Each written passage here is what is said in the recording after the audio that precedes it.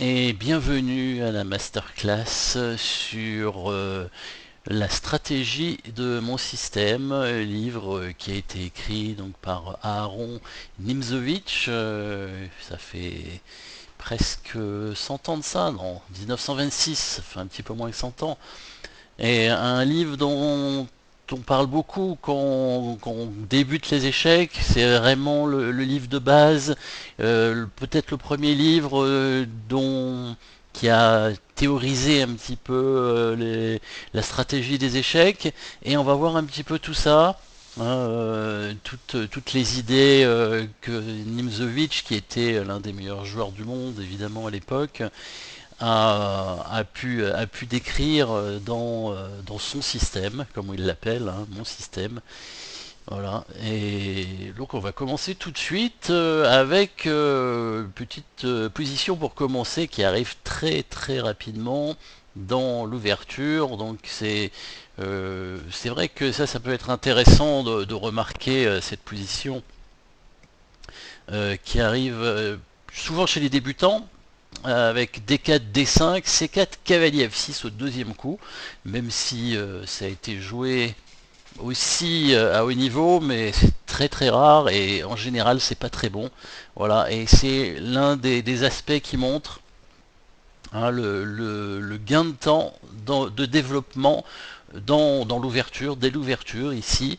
On va tout simplement avec les blancs échanger le pion D5, c'est prend D5 donc, et attendre donc une pièce reprenne. Si c'est la dame qui reprend, on jouera cavalier C3 pour l'attaquer, donc gain de temps pour attaquer la dame, hein, c'est ce qui parle, échange, et ensuite attaque de la pièce, donc gain de temps. Et si c'est le cavalier qui prend en D5, on jouera E4 et on aura le contrôle du centre.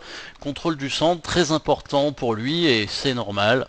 Hein, évidemment, c'est une théorie qu'il a dans son livre qui a permis de bien montrer un petit peu la stratégie des échecs, mais tout n'est pas juste, il faut relativiser un petit peu tout ce qui est écrit, mais en général, évidemment, on peut dire qu'au moins 80% des choses sont correctes, très certainement.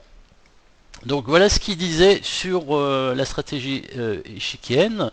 Les éléments principaux pour lui sont le centre, pour commencer. Pour ça, il n'y a aucun problème. La colonne ouverte, bon ça c'est un petit peu moins évident. Quand il parle de colonne ouverte, il parle de colonne semi-ouverte aussi, hein, c'est-à-dire quand il y a un seul pion sur la colonne. Donc quand l'adversaire a un pion, il parle de colonne ouverte. Donc c'est pour nous une colonne semi-ouverte normalement. Donc colonne ouverte, le jeu sur les 7e et 8e traverses, donc ça c'est pour les tours, éventuellement pour la dame, mais bon, c'est pas forcément quelque chose qu'on voyait, qu'on verrait de façon très très essentielle, mais bon, ça fait partie effectivement de la stratégie. C'est intéressant et on va pouvoir regarder ça. Le pion passé. Le pion passé aussi, c'est évidemment ça arrive en finale très très souvent, tout le temps en finale. Simplement les finales, on n'arrive pas toujours en finale. Hein, il y a quand même pas mal de parties qui se finissent dans le milieu de partie. Après, le pion passé peut arriver aussi dans le milieu de partie, et évidemment, au final, il est très important. Mais donc pas dans toutes les parties. Le clouage, bon, ça c'est étonnant parce que même si le clouage est évidemment quelque chose qui arrive dans toutes les parties, contrairement au pion passé, c'est difficile de faire une stratégie uniquement là-dessus.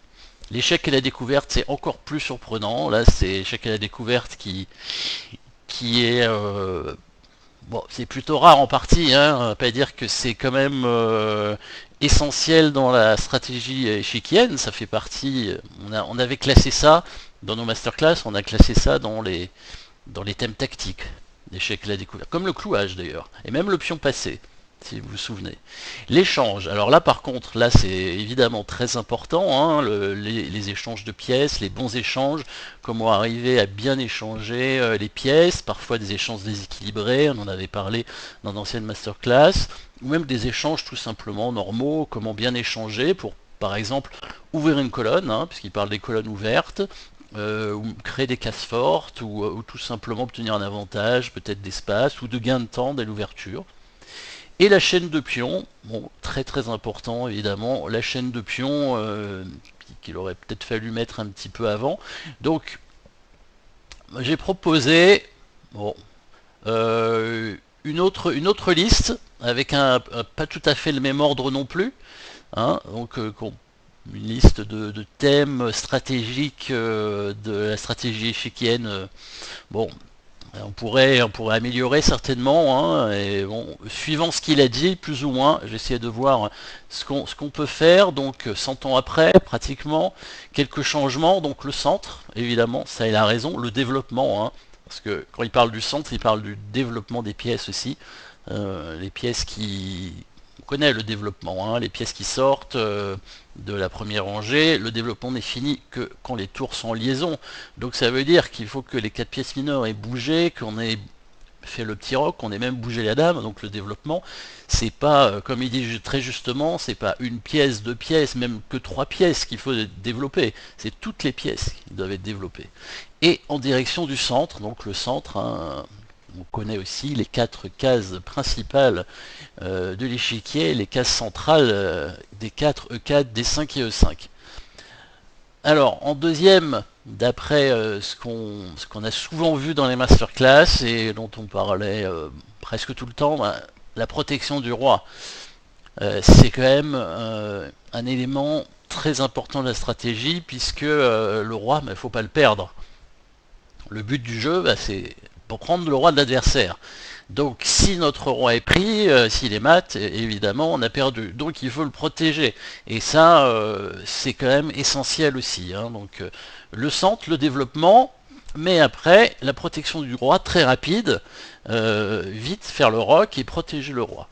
Les échanges en troisième, parce que les échanges, bah, ça nous permet de faire les bons échanges, hein. On va pas donner par exemple un cavalier contre un pion, on va pas donner même une tour contre un fou. Ça peut arriver, mais pas a priori non. Donc les bons échanges, donc le matériel en fait. La chaîne de pions en quatrième, là à mon avis c'est quand même très important, la chaîne de pions, la formation des pions, c'est pas seulement la chaîne des pions avec 3 pions qui sont liés, qui se défendent mutuellement, ça peut être simplement la structure de pions en fait. Alors cinquièmement, les cases fortes. Les cases fortes qui incluent la colonne ouverte, bien sûr, ou semi-ouverte, et le jeu est sur la 7e et 8e traverse. Donc là, je voulais récupérer un petit peu ce qu'il a dit sur son deuxième, son 2 et son 3, hein, dans sa liste de 8. Donc la colonne ouverte et le jeu sur la 7e et 8e traverse. Donc les cases fortes, ça inclut tout. Hein, ça inclut donc l'avant-poste dont il parle beaucoup, ça inclut évidemment la colonne ouverte, et puis l'accès des tours sur la 7e et la 8e, surtout la 7e rangée sur laquelle il parle, il fait un chapitre entier dessus, avec même des définitions intéressantes et des positions spéciales pour bien comprendre la 7e et la 8e traverse. Le dynamisme, incluant donc le pion passé, le clouage, l'échec et la découverte. Donc le dynamisme, on peut parler évidemment de la tactique un petit peu, hein, des pièces qui bougent, tout simplement. Évidemment, le pion passé, le clouage, l'échec et la découverte, tout ça, ce sont des thèmes tactiques dont on a déjà parlé. Hein, on pourrait en ajouter encore, hein, on pourrait ajouter la déviation, on pourrait ajouter l'attraction, l'interception, il parle de l'interception parfois. Voilà, donc le dynamisme en général, toutes ces possibilités pour faire des combinaisons. Et puis, une dernière chose dont il parle pratiquement pas, et ça c'est dommage, c'est le calcul des variantes, tout simplement. Tout simplement le calcul des variantes. Et oui, c'est, à mon avis, le calcul des variantes fait qu'on ne peut pas forcément écrire un livre qui sera totalement vrai sur la stratégie échiquienne, parce que tout va changer suivant la position qu'on va analyser. Donc le calcul des variantes qui maintenant se fait et beaucoup plus, hein, c'est beaucoup plus dans l'esprit de maintenant, en plus qu'il y a 100 ans, aussi grâce aux ordinateurs hein, qui calculent extrêmement loin et qui nous obligent pratiquement à être très précis dans les positions données. Donc ça c'est peut-être ce qui manquait évidemment dans les maîtres des anciens temps probablement. Alors on va tout de suite passer aux parties, aux exemples qu'il donne dans son livre. Alors on va s'intéresser principalement pour l'instant, on fera une suite, principalement au premier tome.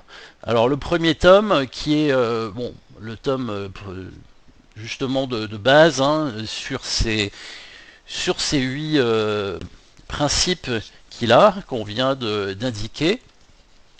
Et donc on commence directement par le centre et le développement avec l'échange suivi du gain de temps.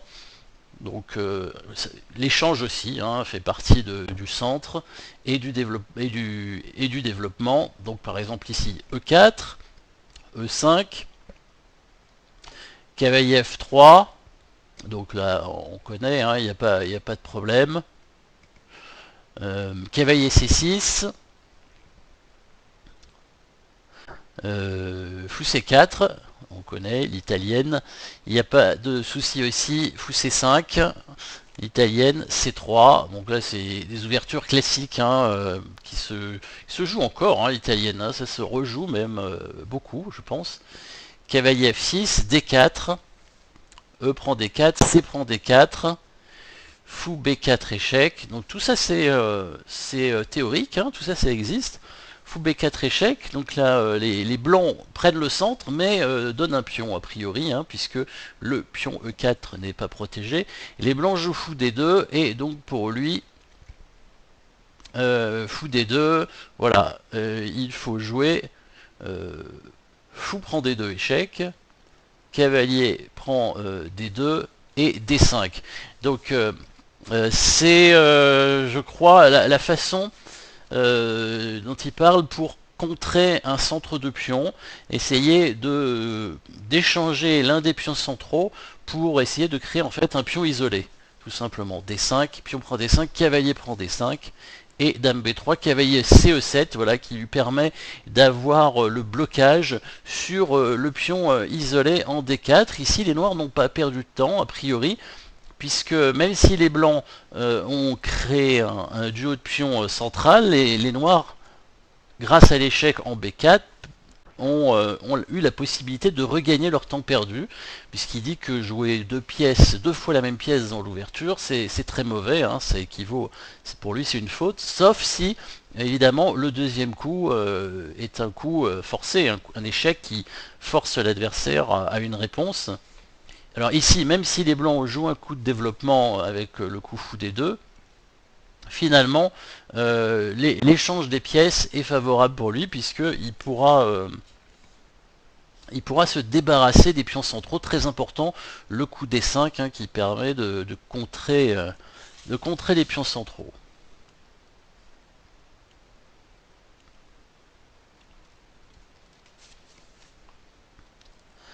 Alors, on retrouve à peu près la même chose ici, D4, cavalier F6, cavalier F3, D6, dans une autre ouverture, différente, KBD2, KBD7, E4, 5, même si finalement, par interversion de coup, elle revient un petit peu à la même chose. C'est pas une italienne, là, ça devient une Philidor, par interversion de coup, C3, fou E7, fou C4, petit roc,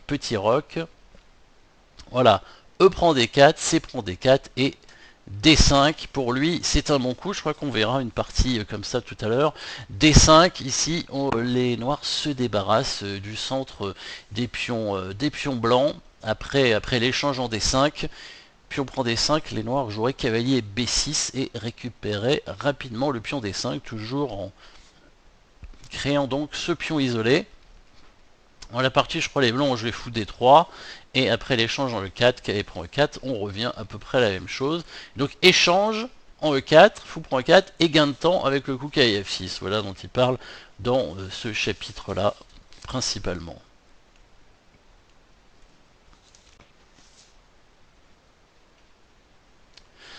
Alors il dit qu'un pion ne doit pas être pris dans le début du jeu. Bon, ça c'est pas tout à fait vrai, hein. Et si l'adversaire fait un gambit, souvent la meilleure façon de jouer contre un gambit, c'est de l'accepter.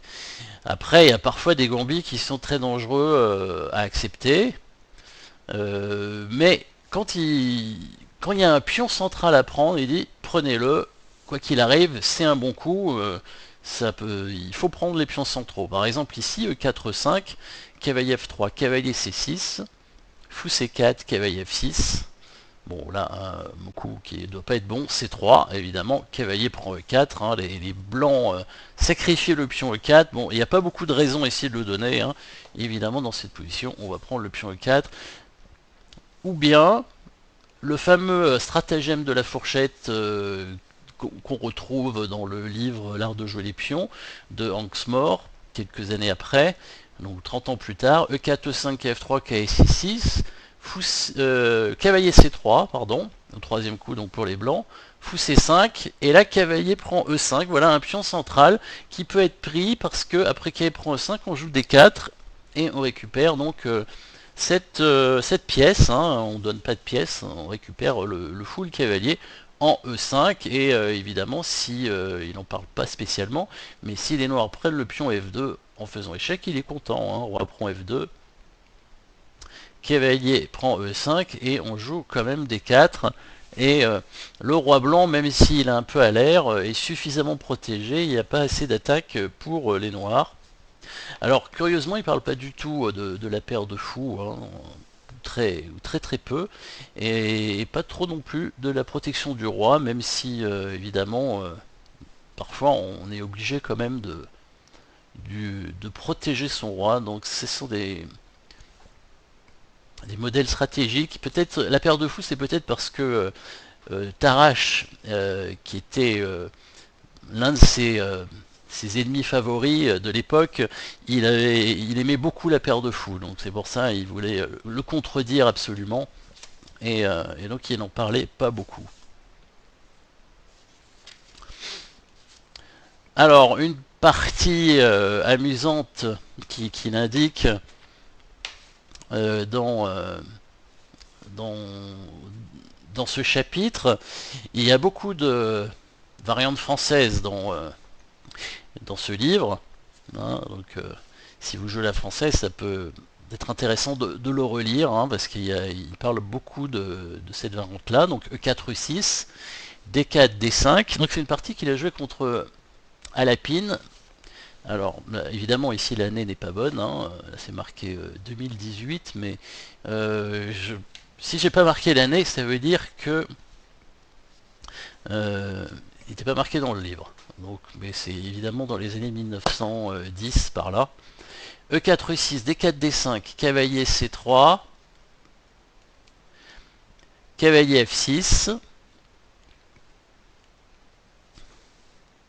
Donc système classique, hein, de la française. Cavalier C3, cavalier F6, E prend D5.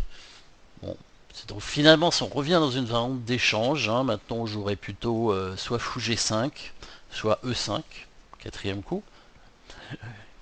Et cavalier prend D5, ce qui est pas très bon non plus, hein. De prendre avec le cavalier, il faudrait reprendre normalement avec le pion. D'ailleurs, hein, c'est ce qui doit indiquer, très certainement, parce que il faut pour lui que le pion reste au centre, un pion central. Alors le pion en E6 évidemment est au centre, mais il faut que le pion soit suffisamment avancé, qu'il soit bloqué au centre. Le pion D4 comme ça est bloqué par le pion D5. Donc ici les noirs prennent avec le cavalier en D5, ce qui est moins bon. Cavalier F3, il ne cherche pas à éviter l'échange de cavalier en C3.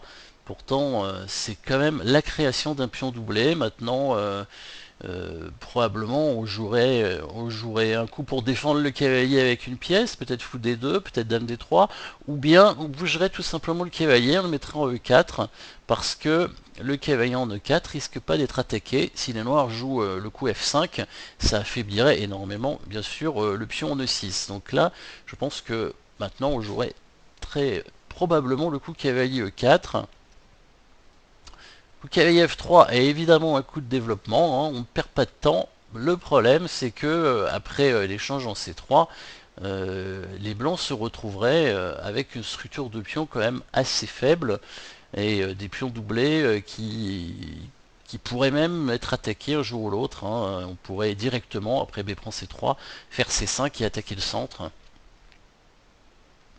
C'est parce que les noirs ont joué, ils ont joué tout de suite C5.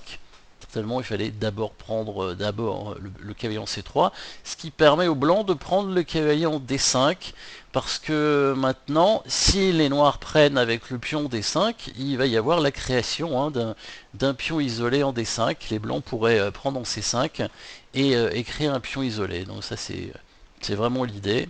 C'est aussi à contre-courant par rapport justement à ce que je disais tout à l'heure sur Tarrasch qui aimait bien la paire de fous et qui aimait bien avoir un pion isolé. Là c'est l'inverse, hein, Nimzowitsch, il dit que le pion isolé c'est pas bon, qu'il faut l'attaquer, qu'on va le bloquer et qu'on va réussir à le gagner. Et il parle pas énormément de la paire de fous, il dit pas que le cavalier soit forcément moins fort que le fou, qui est pas tout à fait vrai quand même. Il échange assez facilement un fou contre un cavalier. Après ça dépend évidemment toujours des positions. Donc cavalier prend D5, dame prend D5, cette fois, ce qui paraît naturel de prendre avec la dame finalement ici. On peut prendre avec le pion, hein, mais avec la dame on peut aussi. Fou E3, C prend D4, cavalier prend D4. Donc ici, les blancs n'ont plus pions centraux, mais ont développé deux pièces mineures. Et la dame noire en D5, c'est la seule pièce développée des noirs, c'est pas très bon parce qu'elle risque de se faire attaquer. Donc refaire gagner des gains de temps à l'adversaire. A6, pour empêcher probablement le coup cavalier B5, hein, qui peut être gênant, voire fou B5, même si fou B5 est moins dangereux puisque les noirs pourraient jouer fou D7, mais cavalier B5 est embêtant puisque menace de fourchette en C7, difficile apparaît, et le pion A7 serait attaqué en plus avec le cavalier et le fou. Donc A6 pour empêcher cavalier B5, et les blancs se développent avec fou E2. Toujours pas de coup de développement, hein, chez les noirs, évidemment, ils précisent bien que chaque coup de pion n'est pas un coup de développement, hein. Le pion sert à développer les autres pièces, mais un coup de pion n'est pas en lui-même un coup de développement, évidemment. Fou E2 avec un sacrifice de pion, un très très bon sacrifice de pion, que les noirs ont pris de pion, ils auraient pas dû probablement. Il a fait dame prend G2, et on va voir, il va y avoir une jolie combinaison qui va arriver. Dame prend G2, fou F3, attaque la dame. Donc là, les blancs n'ont pas hésité à sacrifier un pion pour se développer très rapidement. Là il allait en G6 avec la dame, il aurait mieux fallu probablement aller en H3, dame G6. Dame D2, voilà. Là les blancs vont très rapidement finir leur développement puisqu'ils vont faire le grand roc, ils vont avoir le roi à l'abri, les tours en liaison, toutes les pièces développées, les noirs n'ont toujours pas développé une seule pièce mineure, et évidemment pas mis le roi à l'abri, et là il fait une erreur avec les noirs à nouveau, il joue le coup E5, espérant chasser le cavalier et sortir rapidement son fou de case blanche, mais le roi noir est toujours au centre, n'est pas du tout à l'abri, et les blancs font le grand roc. Sacrifice de cavalier au centre, hein, évidemment, c'était bien calculé. E prend D4, fou prend D4, alors c'était bien calculé, même s'il ne parle pas du tout, hein, du calcul finalement dans son livre. Cette partie-là est un exemple de calcul précis des blancs. Et il sacrifie... Il dit, en général, il dit que tout est dans son système et que c'est grâce à son système qu'il a trouvé les bons coups. Et donc, il calcule jamais, il n'y a jamais de calcul errant, tout est dans l'esprit de son système. Ce qui peut être vrai, hein, peut-être une façon de réfléchir un petit peu différente de maintenant. On dit par exemple que Magnus Carlsen, champion du monde de maintenant, il calcule extrêmement loin parce qu'il a une vision de la position qui est sans forcément calculer coup par coup, il voit la position qui va arriver peut-être 15 coups plus tard sans qu'il y ait besoin de calculer les coups après les autres. Donc c'est une vision un peu globale de la position que certaines personnes peuvent avoir, effectivement. Bon, peut-être que là, grâce à son système, ça lui permet de jouer de façon précise. Après, il va mettre que les parties, évidemment, qu'il va gagner. Hein, donc ça, il a sûrement perdu des parties à cause de son système, justement. Fou prend D4. Cavalier C6, bon, il y a déjà plus beaucoup de coups en fait avec les noirs ici, parce que les blancs menacent de bouger leur fou, donc une attaque à la découverte, là on trouve un petit peu l'idée qui disait, donc son numéro 5 je crois, dans l'attaque à la découverte, le fou qui bouge menacerait le mat évidemment en D8, c'est pour ça que le cavalier sort en C6, il n'y a pas énormément d'autres coups possibles. Après il y a les blancs qui peuvent revenir avec la tour en E1 pour donner échec, peut-être que fou en E7 aurait été meilleur que cavalier C6 quand même. Si les noirs avaient fait fou E7, les blancs pouvaient, ils avaient le choix. Il y avait le coup tour G1, peut-être pour attaquer la dame et récupérer pion G7, mais il y avait aussi le coup tout simplement tour E1 pour clouer le fou et menacer de bouger à nouveau le fou D4 avec la menace de mat en D8. Voilà, donc il a préféré cavalier C6, ça nous permet de voir une belle combinaison ici avec les blancs. Attaquer les découvertes et dégagement de l'espace aussi, hein, puisque la tour et la dame vont être dégagées sur la colonne ouverte. Fou F6, menaçant mat en D8 avec dame et tour. Fou F6, pratiquement forcé, dame prend F6. Et là tout simplement tour H, E1, échec. Et les noirs sont complètement bloqués. Le roi est mitraillé. Si il défend avec le coup fou e6, évidemment, on va faire échec et mat en D7 avec la dame. Et dans la partie, il a joué fou e7. S'il joue fou e7, il fait tout simplement fou prend c6 échec, un échange. Hein, un bon échange. En fait, c'est vrai que là, on retrouve tous ces principes hein, dans une seule partie qui dure pas longtemps. Le centre, le développement, l'échange, la colonne ouverte, l'attaque à la découverte, le clouage. C'est vrai que là, on retrouve tout. On retrouve tout sur cette partie-là. Tout ce qu'il a dit. Il n'y a pas de pion passé quand même, mais il y a pas mal de choses. Fou prend C6, donc bon échange, hein, on élimine un défenseur. Hein. Ça peut être aussi l'idée de l'échange, hein, élimination de la défense tout simplement. Voilà, la dame maintenant va menacer d'aller en D8 hein, pour faire mat. Si jamais il reprend le fou dame D8 mat, donc roi F8. Et dame D8 échec, petite pointe finale, fou prend D8 et tour E8 mat, donc une jolie partie de Nimzowitsch contre Alapine, qui était l'un des maîtres de l'époque, hein, qui a d'ailleurs donné le nom à la défense, plutôt à l'attaque Alapine hein, sur la sicilienne par exemple.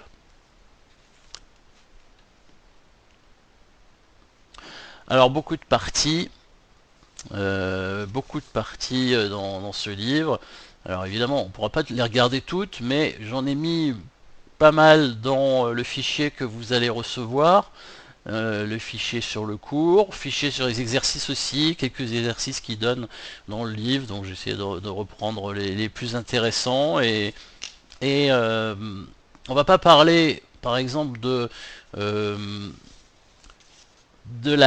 la septième rangée. Bon, il donne plusieurs schémas sur pratiquement chaque principe qu'il énumère au départ.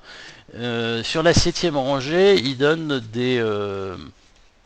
il donne des choses intéressantes hein, et on les mettra plutôt dans les exercices. Hein, j'en parlerai pas forcément ici dans le cours, mais on verra. Vous verrez dans les exercices un petit peu c'est les idées qu'il a sur cette septième rangée avec les deux tours en fait sur la septième rangée principalement, je crois. Alors j'essaie de me souvenir ce que c'est. Voilà, une partie.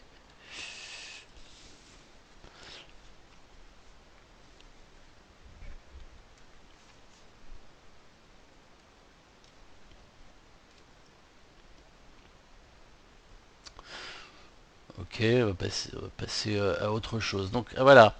Une position, alors cette partie Thomas contre Alekhine, elle sera dans le cours en entier. Ça vient d'une sicilienne. Donc là je vais simplement dire la position avec les blancs, roi H1, dame 1, tour A1, tour F1, fou C1, fou D1, cavalier E3, cavalier F3, pion A2, B2, C2, D3, F4, G2, H2. Pour les noirs, roi G8, dame E6, tour A8, tour F8, fou B7, fou G7, cavalier D5, cavalier D4, pion A7, B6, C5, E7, F7, G6, H7. Donc ça vient d'une défense sicilienne. Et ici, on a l'habitude, hein, normalement, si vous voyez les masterclass depuis quelques temps, vous avez l'habitude de voir l'avant-poste.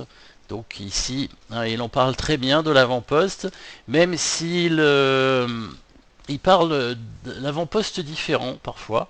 Donc l'avant-poste, ce sera une case sur une colonne semi-ouverte. Donc lui, il parle de colonne ouverte, hein, mais ce sera une colonne semi-ouverte. Euh, au centre de l'échiquier dans le camp adversaire. Donc ça c'est vraiment la définition de l'avant-poste central. Mais il parle aussi d'autres avant-postes. Alors il y a des avant-postes, il ne faut pas parler ça d'avant-poste. Alors l'avant-poste c'est pas une case forte, hein, attention, la case en D4 ici peut être contrôlée par un pion blanc. Les blancs pourraient jouer C3 pour attaquer le cavalier D4. Le problème du coup C3, c'est qu'il affaiblit énormément le pion D3. C'est pour ça que c'est intéressant, c'est important d'avoir un avant-poste sur une colonne semi-ouverte pour pouvoir attaquer le pion qui s'affaiblit si jamais cet avant-poste est contrôlé par un pion. Donc sur le coup C3, le cavalier s'en irait, hein, ou s'échange, et on passe maintenant avec les tours, donc les colonnes semi-ouvertes, donc avec les tours pour attaquer le fameux pion D3. Donc ça c'est normalement la définition d'avant-poste. Après il parle d'avant-poste sur d'autres cases qu'au centre de l'échiquier. Donc pourquoi pas, hein, on peut dire que finalement cette case en D4, on pourrait la transférer en C4, voire parfois en C5, hein, c'est-à-dire dans le camp des noirs, hein, mais en général l'avant-poste ce sera vraiment une position, il parle d'un éclaireur, hein, le cavalier il est là en éclaireur, dans le camp de l'adversaire pour un peu voir ce qui se passe chez l'adversaire en fait, hein. Donc l'éclaireur il est ici, mais l'avant-poste c'est vraiment la case clé, la case ici en D4, qui normalement ne doit être utilisée que avec un cavalier aussi. C'est le cavalier, la pièce très importante pour l'avant-poste, parce que le cavalier où il est placé, il va contrôler des cases importantes. Des cases qu'il ne pourrait pas contrôler s'il n'était pas là, tout simplement. Le cavalier qui ne va pas très vite, hein, c'est une pièce à courte portée, doit s'avancer pour contrôler les cases dans le camp de l'adversaire, évidemment. Contrairement ici, par exemple, au fou en B7 ou au fou en G7, qui n'ont pas besoin de s'avancer pour contrôler directement chez l'adversaire. Là, le fou G7, si le cavalier n'était pas en D4, il attaquerait directement le pion B2. Le fou B7, c'est pareil, hein, il attaquerait, si le cavalier n'était pas en D5 chez les noirs, il attaquerait directement le cavalier en F3. Donc les pièces, les fous, n'ont pas besoin de s'avancer pour contrôler chez l'adversaire. Le cavalier, il a besoin de s'avancer. C'est pour ça qu'il faut qu'il aille sur un avant-poste, en éclaireur, directement dans le camp de l'adversaire. Le mieux c'est au centre de l'échiquier. C'est vrai que la case centrale n'est pas obligatoire, hein. On pourrait la mettre à côté, hein, sur la case C4 ou la case F4, voire parfois la case G4, mais bon, attention, il faut évidemment que le cavalier ait suffisamment d'impact dans la position, donc il contrôle des cases utiles, hein, des cases utiles. Donc là, par exemple, le cavalier en D4, bah, il attaque le pion C2. Il attaque le pion C2, donc ça force évidemment les blancs à le défendre. Il attaque aussi le cavalier F3, c'est une pression intéressante, puisqu'il y a aussi le fou B7 derrière qui peut l'attaquer. Donc évidemment, quand le cavalier est au centre, il va toujours attaquer des cases intéressantes, normalement, hein. Des fois, ça peut arriver qu'il tape dans le vide, qu'il se passe rien, mais c'est quand même assez rare. En général, le cavalier au centre va toujours contrôler des bonnes cases. Un cavalier un peu plus vers le bord, hein, par exemple sur la colonne B ou la colonne G, va pas forcément contrôler des cases intéressantes. En tout cas, l'avant-poste, ce sera toujours sur une colonne semi-ouverte. On peut parler de colonne ouverte des fois, mais en tout cas pas sur une case forte, hein. Il faut que l'idée de l'avant-poste, c'est si ce cavalier se fait attaquer, il s'en va sans problème et l'adversaire s'est affaibli. C'est aussi l'une des idées de l'avant-poste. Donc ici, cavalier D4, donc c'est sûrement le dernier coup des noirs. Les blancs ont échangé sur l'avant-poste en D4 et toujours sur cet avant-poste, et c'est ça qui est important. On reprend avec un pion, donc il faut évidemment aussi que cette case d'avant-poste soit contrôlée avec un pion, bien sûr. Sinon ça sert à rien d'y aller si on peut être échangé, hein. Il ne faut pas qu'un fou ou une tour se retrouve sur un avant-poste. Là ça servirait pas à grand chose. La tour elle se fait attaquer directement. Et pareil pour le fou, finalement le fou il peut se faire échanger et il va pas attaquer grand chose sur l'avant-poste, pas plus que là où il est au départ.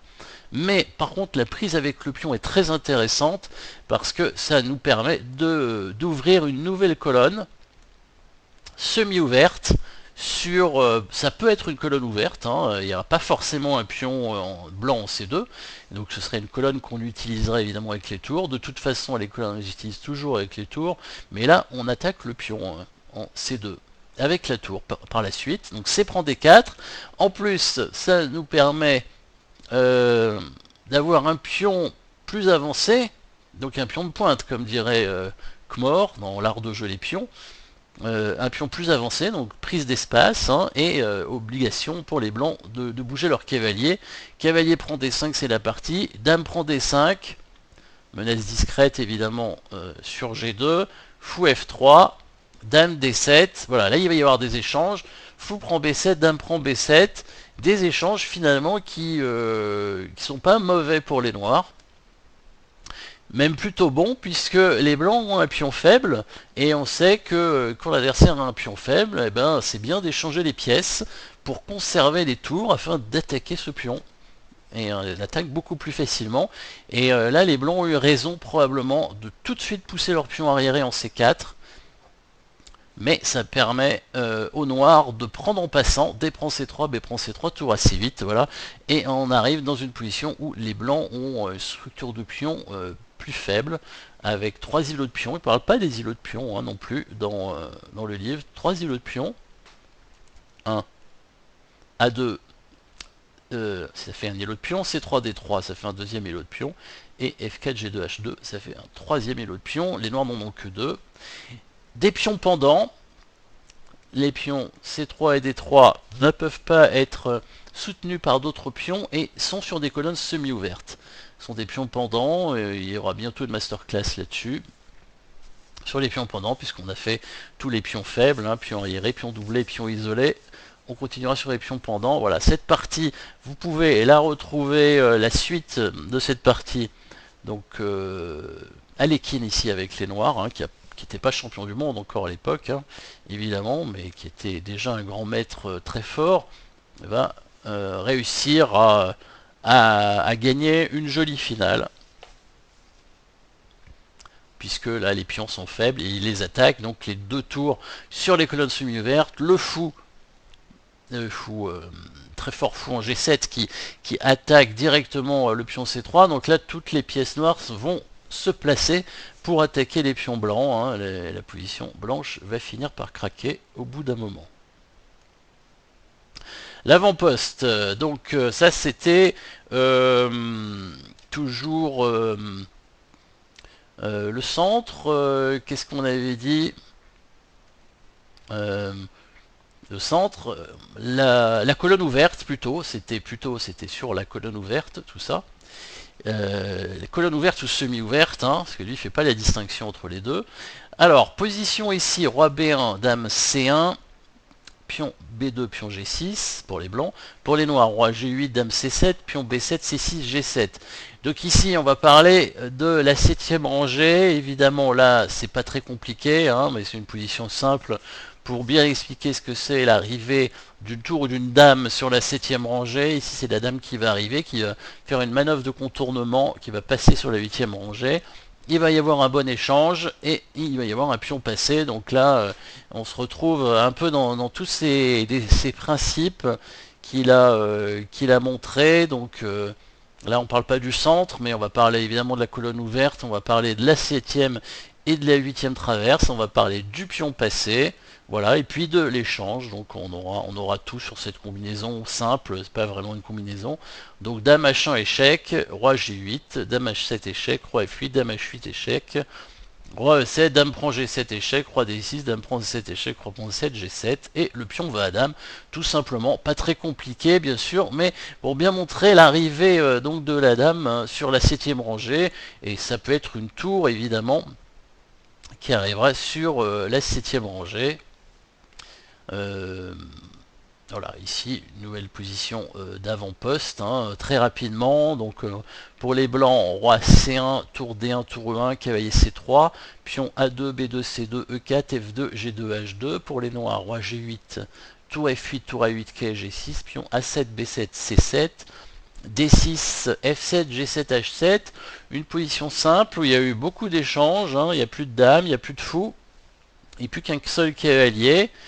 Au niveau de la structure de pion, il y a 2 îlots de chaque côté, on est assez position assez simple, mais avantage pour les blancs avec le pion central quand même, en E4, plus avancé que le pion D6, et évidemment, vous l'avez remarqué, la position d'avant-poste avec le cavalier qui peut arriver en D5, voilà, et c'est ce bon coup cavalier D5 évidemment qu'il faut jouer dans cette position, l'avant-poste cavalier D5 qui attaque l'éclaireur en D5, qui attaque le pion C7, si jamais celui-ci bouge en jouant C6, donc évidemment l'avant-poste, l'éclaireur plutôt est chassé, il s'en va, mais sans problème, il va venir en E3 certainement, c'est probablement la meilleure case. Et maintenant, vous voyez l'attaque de la tour D1 sur le pion D6 qui s'est affaibli énormément. Maintenant, il n'y a plus qu'à doubler les tours probablement sur ce pion pour peut-être le gagner, puisque on va pouvoir l'attaquer une 3e fois avec le cavalier quand il va venir en F5. Et si jamais les noirs ne bougent pas leur pion en C7, s'ils jouent donc le coup tour à C8, hein, il n'y a pas énormément de possibilités pour défendre le pion, et bien là on va faire un passage en équerre, comme dirait Mort. Il parle de casse-tremplin pour la tour, Nizovic, donc c'est à peu près la même chose.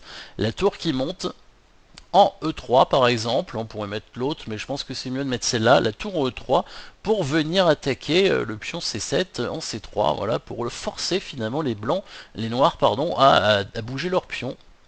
Un tour C3, ou d'ailleurs même on pourrait attaquer les autres pions hein, avec la tour, on pourrait attaquer pion B7 ou pion A7, hein, pourquoi pas, ça peut faire un affaiblissement chez l'adversaire, c'est toujours intéressant, mais bon, a priori, on va plutôt viser le pion C7, puisque c'est celui qui est attaqué par le cavalier, donc voilà, tour E3 avec idée tour C3, et évidemment si le pion avance en C6, le cavalier s'en va, il reviendra en E3, certainement la meilleure case, pour venir en F5 attaquer le pion D6.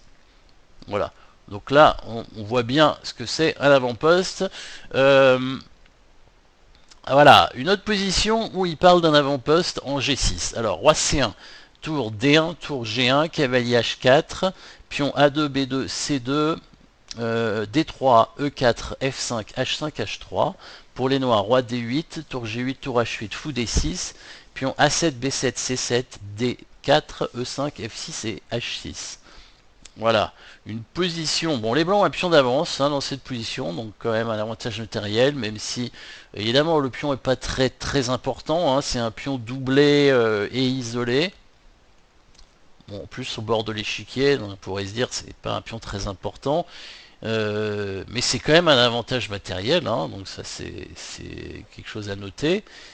Autre chose qu'on arrive à noter assez rapidement, donc le contrôle aussi de la colonne ouverte pour les blancs, même si les noirs sont sur la colonne ouverte, les blancs ont plus d'espace, hein, puisqu'ils ont la possibilité de monter leur tour sur cette colonne, protégée par un pion. Les noirs auraient plus de mal. Si c'est au noir de jouer, on pourrait quand même jouer le coup tour G5 finalement.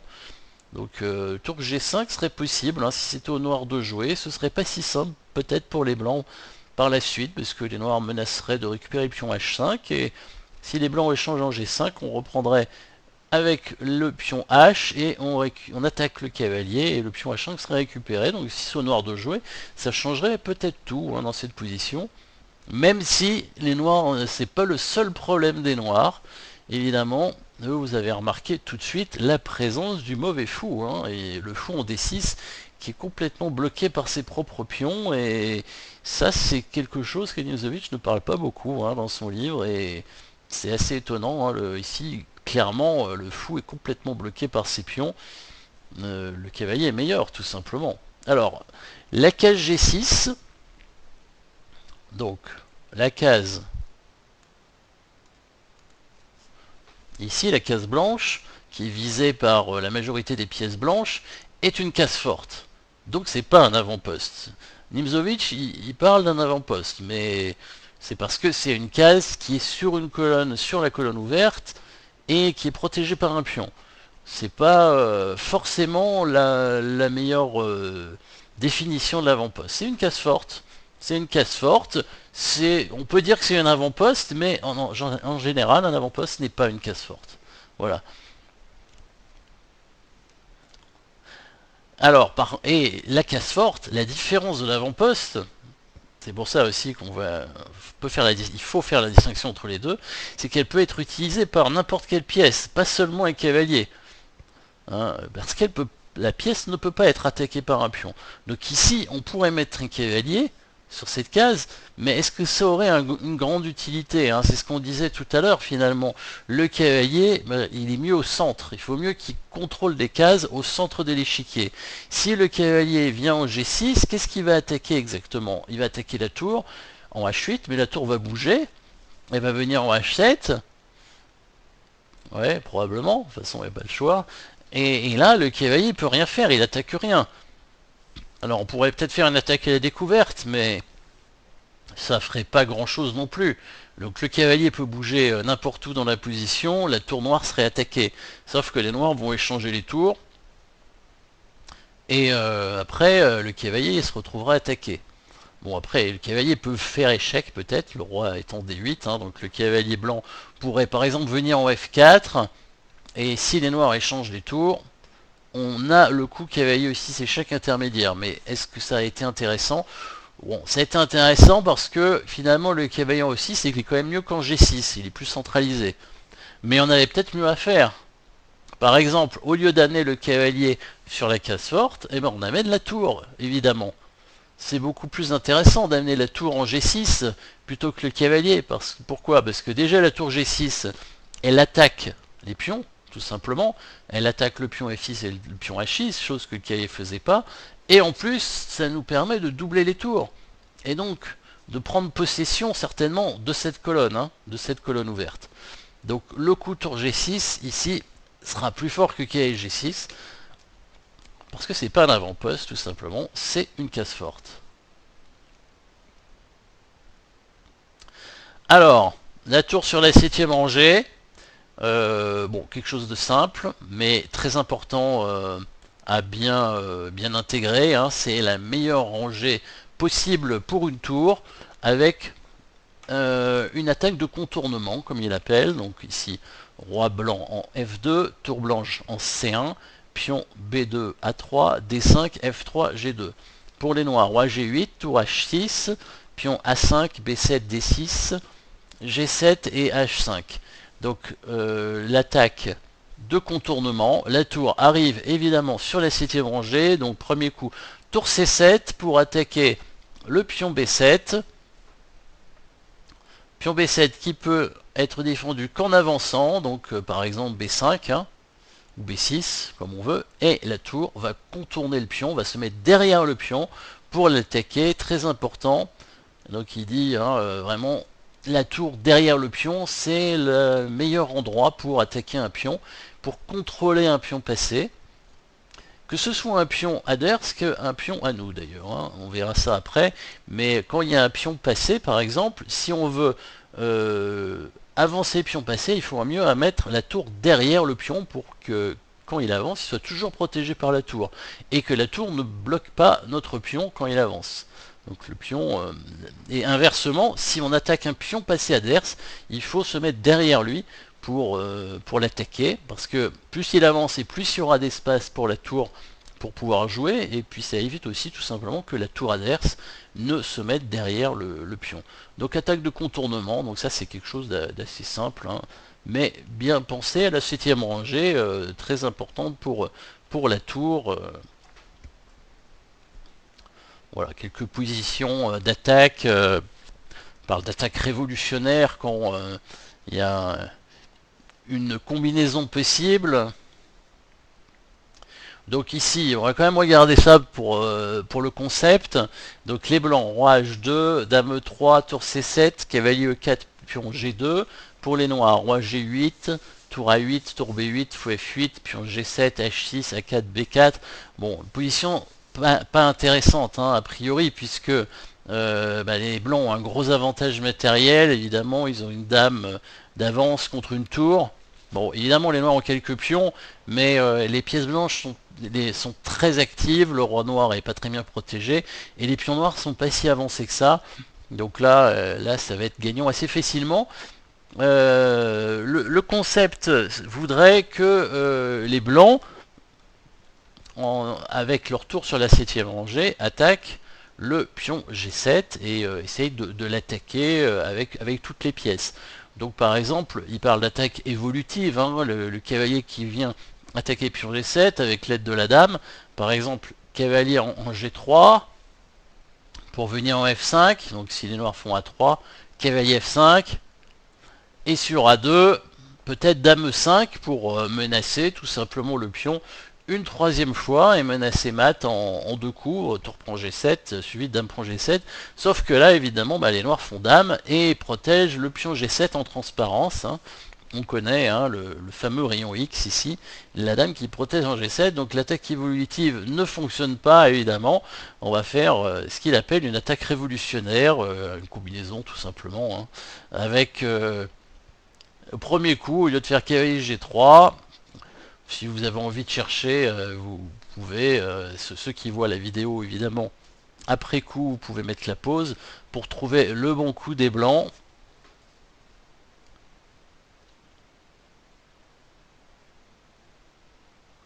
Voilà, sinon pour ceux qui sont là, j'attends un tout petit peu que vous trouviez. Mais c'est pas très compliqué, alors on va passer directement au coup. Cavalier F6 échec évidemment. Cavalier F6 échec avec dégagement d'espace. Si jamais les noirs prennent en F6, on fait tout simplement dame E6 échec, c'est des coups forcés, hein.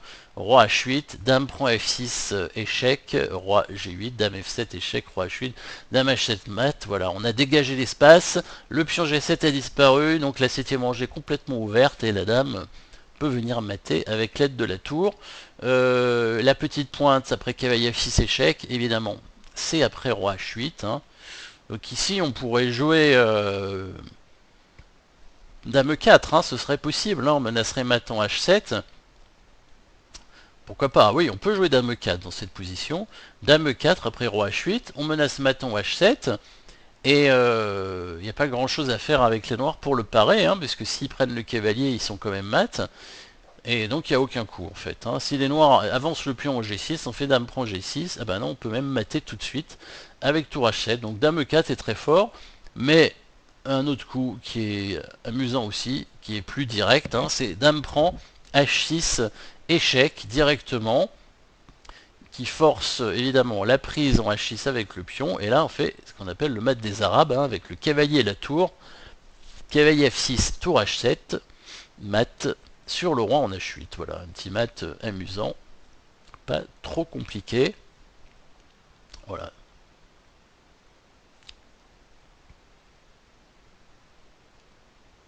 Alors, une partie quand même, on va regarder quand même une partie ici pour finir cette première heure, donc une partie de l'époque, 1907, elle était jouée, D4, D5, E3, C5, C3, E6, Fou D3, KSC6, F4. Alors, justement, on a fait une masterclass il n'y a pas longtemps sur la défense Stonewall, mais ici, les blancs jouent la Stonewall en premier, c'est-à-dire qu'ils jouent la Stonewall avec les blancs, donc avec un temps d'avance. Donc là, on va plus parler de défense, parce qu'en général, quand on parle de défense, ce sont les noirs qui jouent parce qu'ils réagissent aux blancs. Donc ils jouent en deuxième, donc ils sont en défense. Les blancs qui jouent en premier, normalement, ne font pas une défense. Ils vont pas réagir à ce que font les noirs, puisque c'est eux qui jouent avant. Donc c'est pour ça que, a priori, jouer cette variante, une variante de ce style avec les blancs, c'est normalement pas très recommandé. Il faut mieux essayer de prendre de l'initiative. Mais c'est quand même une variante Stonewall avec les blancs. Donc F4, cavalier F6, cavalier D2, dame C7. Voilà, ça on en avait parlé un petit peu pour ceux qui ont vu cette masterclass sur la Stonewall. L'idée de l'attaque sur le pion F4 qui, avec la dame qui permet des choses intéressantes. Voilà, là les blancs ont joué, n'ont pas vraiment fait attention probablement, et ils ont joué mécaniquement le coup cavalier G en F3. Il aurait mieux fallu certainement mettre la dame en F3 ou le cavalier en H3 éventuellement pour défendre le pion, même si ce coup n'est pas mauvais a priori, grâce à l'avant-poste. On va voir après. Les noirs prennent en D4, ce qui est bien joué, et là les blancs ont fait une erreur. Ils ont repris avec le pion C, ça c'est une grosse faute. Il fallait reprendre avec le pion E, dans l'idée d'utiliser l'avant-poste E5, même si les blancs perdent le pion F4, après dame prend F4, cavalier C4 attaquer la découverte, dame C7 et cavalier CE5 qui permet de récupérer l'avant-poste en E5. Avant-poste suffisant pour contrecarrer le fait qu'on ait perdu un pion, parce qu'on a aussi un meilleur développement. On a 3 pièces de développer, on a un cavalier donc, qui est déjà dans le camp de l'adversaire, donc on est déjà plus avancé dans la position. Les noirs ont un fou qui est un petit peu bloqué, le fou C8, et finalement le pion qu'on a perdu va nous permettre d'avoir une colonne semi-ouverte intéressante. Donc un gambit, finalement, même si c'est pas sans faire exprès vraiment, un gambit intéressant malgré tout. Mais les blancs ont mal joué, donc c'est intéressant de voir pourquoi c'est un mauvais coup. Le coup C prend D4, là c'est une faute, il fallait vraiment prendre avec le pion E. C prend D4 permet directement l'attaque sur la colonne ouverte avec cavalier B4. Cavalier B4, les blancs ont joué fou B1 pour éviter de perdre le fou, mais aussi tout en contrôlant la case de fourchette en C2. Les noirs jouent fou D7, A3, voilà, pensant chasser tout de suite le cavalier, en se disant bon bah c'est pas grave, j'ai perdu un temps à bouger mon fou, mais lui il a perdu un temps à bouger son cavalier, sauf que le cavalier n'est pas obligé de bouger, il joue tour C8, tout de suite l'attaque sur la colonne ouverte, attaque sur le fou C1, petit roc pour défendre le fou. Pion prend cavalier serait pas très bon, puisque les noirs prendraient tout simplement le fou C1 avec la dame, attaqueraient à la fois le pion B2 et le pion B4. Donc ici, ce serait probablement une position très affaiblie chez les blancs. Donc petit roc, fou B5.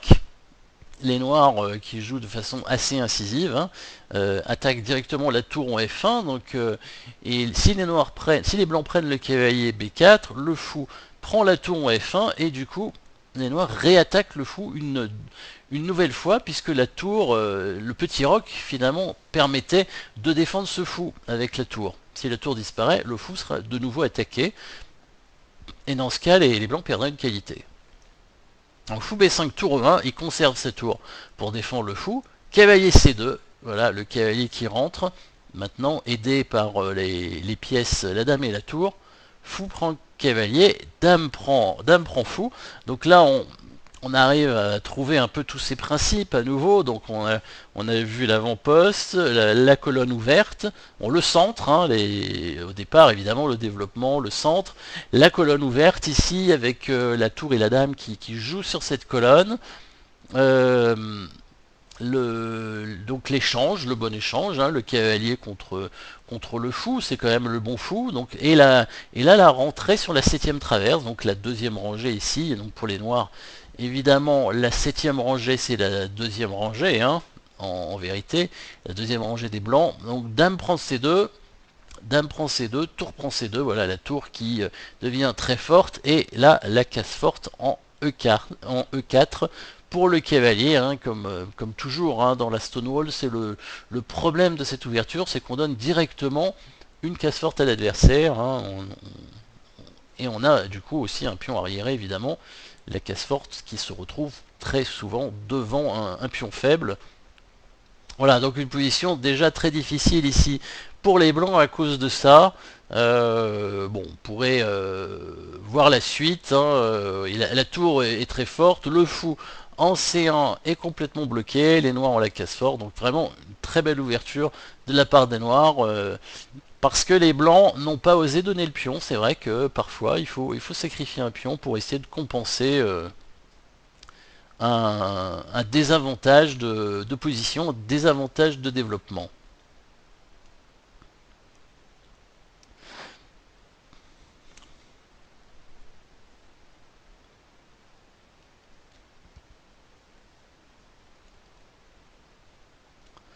Voilà, quelques parties de Nimzowitsch. Ici, une position qui se retrouve après une défense française, une variante d'échange.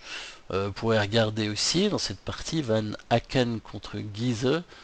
Alors, on se retrouve dans la position ici avec les blancs, roi G1, dame G4, tour 1, tour 1, fou C2, pion A2, B2, C4, F2, G2, H3, pour les noirs, roi G8, dame C7, tour 8, tour 5, fou G6, pion A7, B7, E4, F4, G5 et H6.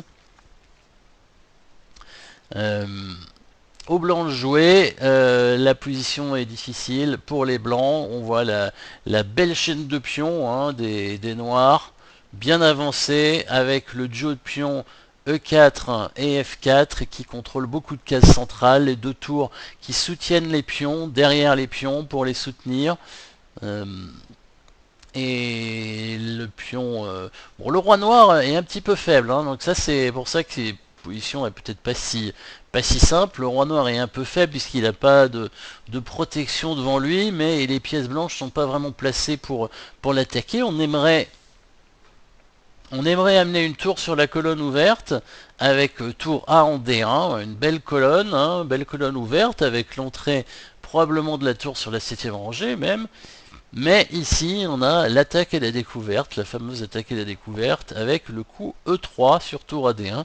On a le coup E3, attaque et la découverte sur le fou en C2, et aussi double attaque et la découverte, puisque les noirs peuvent prendre en F2 et ouvrir la colonne de leur tour, hein, en faisant échec. Donc par exemple, E3, fou prend G6, E prend F2 échec, et sur roi prend F2 qui défend la tour, ça avait bien amusé Nimzowitsch. Ici, les noirs vont pouvoir, avec des gains de temps, récupérer tous les pions blancs de l'aile dame, grâce au coup dame C5 échec, roi F1 obligatoire pour défendre la tour, dame prend C4 échec, roi F2, toujours pareil hein, pour défendre la tour, et là, dame C5 échec, roi F1, dame B5 échec, roi F2, dame prend B2 échec, on commence par prendre ce pion, roi F1, dame B5 échec, roi F2, dame B6 échec, roi F1, dame A6 échec, roi F2, dame prend A2 échec, voilà, il prend tous les pions, roi F1, dame A6 échec, roi F2, dame B6 échec, roi F1, et là, échange des tours, tour prend 20, tour prend 1, tour prend 1, roi prend 1, et dame prend G6, et finalement, les noirs ont 3 pions d'avance, hein, évidemment, le final est gagnant, peut-être les blancs vont en récupérer un, mais Rien que 2 pions d'avance c'est suffisant pour gagner. C'est pas la partie, curieusement, hein. Après, le dernier coup c'était 28e coup, tour prend E5. Les blancs n'ont pas joué tour à D1, donc c'est une variante qui est indiquée dans cette partie, qui permet de bien montrer ses principes, hein, de la tour derrière le pion, de la colonne ouverte, la tour qui arrive sur la 7ème rangée, l'attaque à la découverte surtout. Je pense que c'est peut-être le chapitre sur l'attaque à la découverte ici. Les blancs ont joué la dame en D1. Bon, ce qui n'a pas l'air terrible, puisque tout simplement, les noirs récupèrent cette colonne, hein, en mettant la tour en D8, bien sûr. Hein, la dame va devoir bouger, gain de temps. Dame B1, bon, c'est évidemment très mauvais, hein, d'amener la dame ici, finalement, qui bloque ses propres tours, qui bloque la tour en 1, et puis la dame derrière le fou, attaque un pion, mais ce pion peut facilement être protégé, de toute façon. Et en plus, les noirs, surtout, réussissent à obtenir la 7ème traverse, donc la 2ème rangée, en jouant tour D2. Tour D2, fou prend E4, dame C5, voilà, attaque de mat évidemment sur le pion F2, fou D5 échec, et tentative d'attaquer la découverte sur le fou G6, mais tout simplement roi G7 pour défendre le fou évidemment. Et du coup c'est la dame blanche qui se fait attaquer, dame C1, dame prend F2 échec, roi H1, et maintenant tour prend D5, tour E prend D5, élimination du défenseur, donc c'est le bon échange évidemment, la tour qui prend le fou cette fois, pour éliminer le défenseur sur le pion G2, voilà, petite partie que vous pourrez voir en entier, hein, donc variante d'échange de la française, et les noirs ont bien joué sur...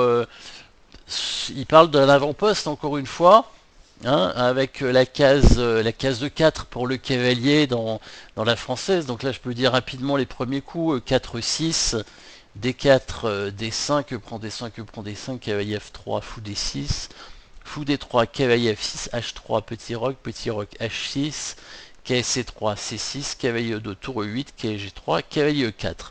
Donc cette case, évidemment, c'est une case centrale dans le camp adversaire, mais sur une colonne ouverte, pas sur une colonne semi-ouverte. Donc c'est la distinction. Ici, le cavalier noir peut être attaqué et n'affaiblit pas de pion adverse. Par contre, il affaiblit des cases. Et c'est intéressant. C'est quand même, on peut dire que c'est une case d'avant-poste, hein, malgré tout, même si c'est pas tout à fait l'avant-poste dont on parle habituellement. Voilà, on va faire une petite pause pour l'instant après cette partie. Et on reprend dans 5 minutes pour la suite de la masterclass, donc sur la stratégie de mon système. Eh bien, à tout à l'heure.